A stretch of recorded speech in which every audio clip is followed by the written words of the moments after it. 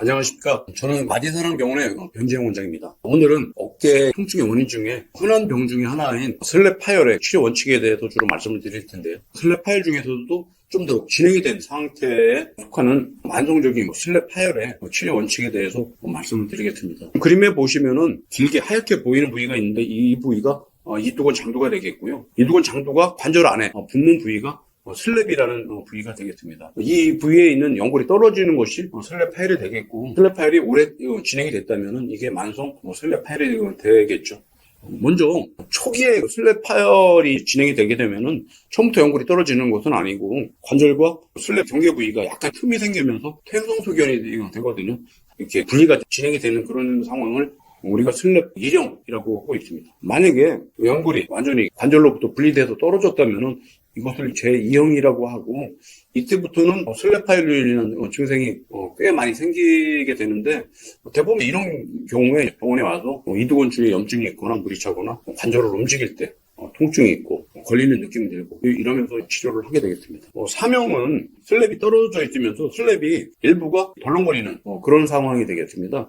이 슬랩 파열의 제3명인 경우에 통증이 심하기 때문에 진단이 어느 정도 될 수가 있는데, 이런 경우에는 좀 더 적극적인 치료가 필요한 경우가 되겠습니다. 사용은 연골 자체도 떨어지면서 연골의 일부가 이두근 장도로 같이 물고 떨어지는 경우가 되는데, 이런 경우도 마찬가지로 증상이 심하기 때문에 좀 더 적극적인 선제적인 치료도 고려를 할 수가 있을 것 같습니다.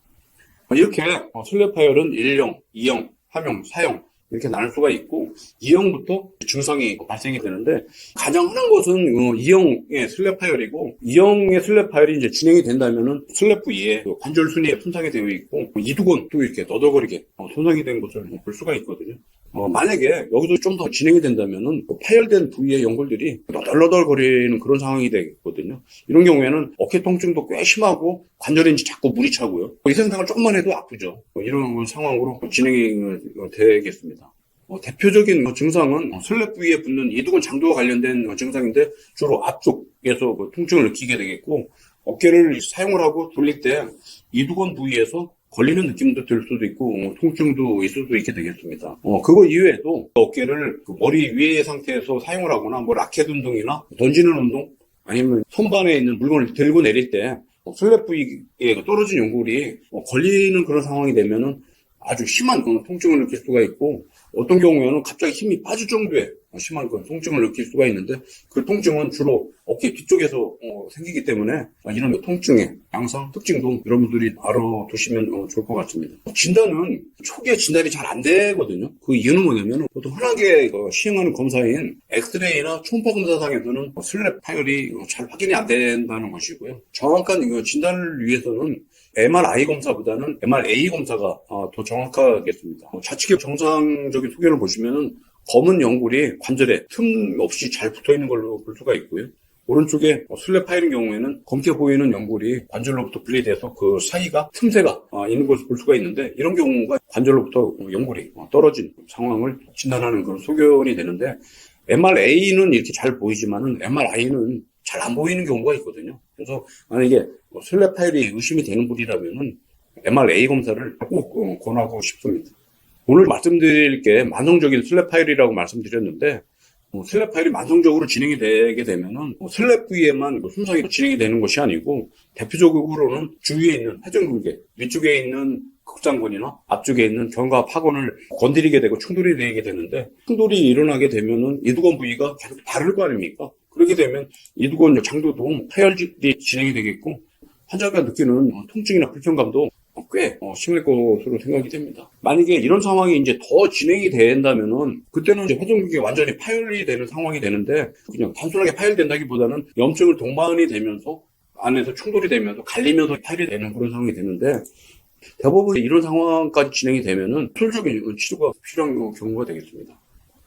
잠깐 슬랩 파열에 있어서 만성적인 경우에 치료 원칙을 먼저 설명을 드리겠습니다. 설령 만성적인 슬랩 파열이라고 하더라도 일단은 비수술적인 치료가 우선시 돼야 되고요. 치료의 방법으로서는 일단은 통증과 염증 치료를 먼저 시행을 하게 되겠고, 주사 치료를 적극적으로 시행을 하고 있고, 주사 치료를 할 때도 초음파를 이용해서 정확하게 병변 부위에 주사 치료를 하고 있습니다. 그렇게 해도 좋은 치료를 얻고 있고요. 염증이 좀 가라앉았다면은 체충격파 치료를 같이 함으로 인해서 조직의 재생이나 염증을 치료하는데 조금 더 효과적일 수가 있고, 대부분 만성적인 슬랩 파열로 진행이 되면은 어깨 기능이나 근력도 떨어지는 경우가 많기 때문에 운동 치료를 같이 병행을 하게 되겠습니다. 하지만 충분한 비수술적인 치료를 시행을 했음에도 통증이 있거나 아니면 염증을 동반해서 자꾸 물이 차거나 앞서 말씀드렸듯이 충돌로 인해서 회전근개 파열로 진행이 된다면은 이때는 수술적인 치료로 가는 것이 저는 옳다고 생각을 하고 있습니다. 만약에 수술을 하게 되는 그런 상황이라면은 사실 저 개인적으로도 과거에는 설령 만성적인 슬랩 파열이라고 하더라도 봉합수술을 주로 많이 선호를 했었습니다. 하지만 요즘엔 잘 안 하는데 그 이유는 급성기 때라면은 봉합수술에 대한 결과가 어느 정도 이제 좋지만은 만성적인 슬랩 파열인 경우에는 연골의 손상이 너무 심하고 설령 봉합을 해놔도 관절에 잘 붙지 않는 그런 이유 때문에 봉합을 한 그 실로 인해서 주위의 조직이나 연골에 충돌이 되면서 오히려 심해지는 경우도 저는 과거에 많이 경험을 해봤기 때문에 요즘에는 봉합수술보다는 이두근을 아예 옮겨주는 이두근 이전술을 시행을 하고 있습니다. 이두근 이전술이란 어떤 수술이냐면은 슬랩 파열이라는 병 자체가 떨어진 연골이나 증상도 있지만 거기에 붙어있는 이두근 자체가 불안정해지면서 주위에 있는 조직들과 충돌을 일으키면서 염증도 일으키고 회전근개를 파열시키게 되는 그런 병이라고 말씀드렸지 않습니까? 그렇기 때문에 파열된 연골을 다듬어내고 불안정해서 충돌을 일으키는 이두근을 다른 부위로 옮겨놓을 수만 있다면은 염증도 진행이 되는 것을 막을 수가 있고 통증도 해결할 수가 있거든요. 그래서 이두근 이전술을 저는 요즘에 많이 하고 있고 주로 골 터널을 이용한 이전술을 시행을 하고 있습니다. 지금 보시는 그 사진이 상완골이라고 팔뼈가 있지 않습니까? 그 위쪽에서 주로 수술이 이루어지는데 상완골 골격도에 가까운 부위에는 큰 터널을 뚫고 아래쪽에는 가는 두 개의 터널을 뚫은 후에 이두근을 이전술을 하기 위해서는 일단 이두근을 절단을 해야 되겠고 절단한 끝에 실로 봉합을 해서 묶어놓게 되겠습니다. 묶어놓은 실을 이용해서 뚫어놓은 터널로 이두근을 삽입을 한 후에 아래쪽으로 실을 빼내서 고정을 하는 그런 수술법이 제가 시행하고 있는 골터널을 이용한 이두근 이전술이 되겠습니다. 지금 보시는 것은 골터널을 이용한 이두근 이전술 후에 엑스레이 사진이 되는데 이게 큰 게 하나가 있고요. 터널이 아래쪽에 가는 터널이 두 개가 있는데 앞서 말씀드렸듯이 위쪽에 굵은 터널로 이두근 힘줄이 들어가고 아래쪽으로는 실이 빠져나와서 그 실을 이용해서 이두근을 고정하는 수술법을 시행한 후에 촬영한 엑스레이 사진이 되겠습니다.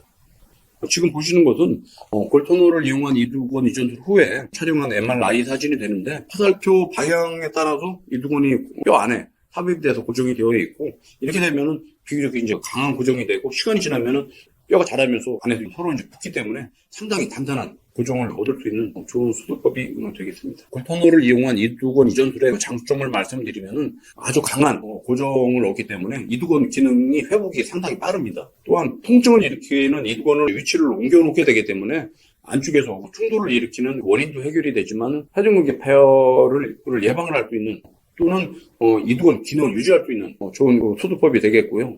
수술 시간이 상대적으로 짧습니다. 그렇기 때문에 환자가 수술로 인한 부담감도 적고요. 또 한 가지 장점이라면은 나사를 이용한 고정이나 앵커를 이용한 이전술인 경우에는 추가적인 비용 부담이 있게 되는데 저희들은 임플란트를 사용을 하지 않기 때문에 비용 부담도 훨씬 덜한 그런 장점이 있습니다. 지금 보시는 것은 이두근 이전술을 한 후에 임상적인 결과를 보고 계신데 지금 이분은 이두근 이전술을 한 후에 그렇게 오랜 시간이 지난 분이 아닙니다. 겨드랑이 보면 아직 수술한 상처도 다 낫지 않은 것을 볼 수가 있지만은 이렇게 알통이 나온 걸 볼 수가 있죠. 이두근의 기능이 유지되는 것을 볼 수가 있게 되겠습니다. 오늘은 만성적인 슬랩 파열에 대해서 어떻게 진행이 되는가 설명드렸고요. 제가 시행을 하고 있는 골터널을 이용한 이두근 이전술의 수술법과 그 결과도 소개를 시켜드렸습니다. 감사합니다.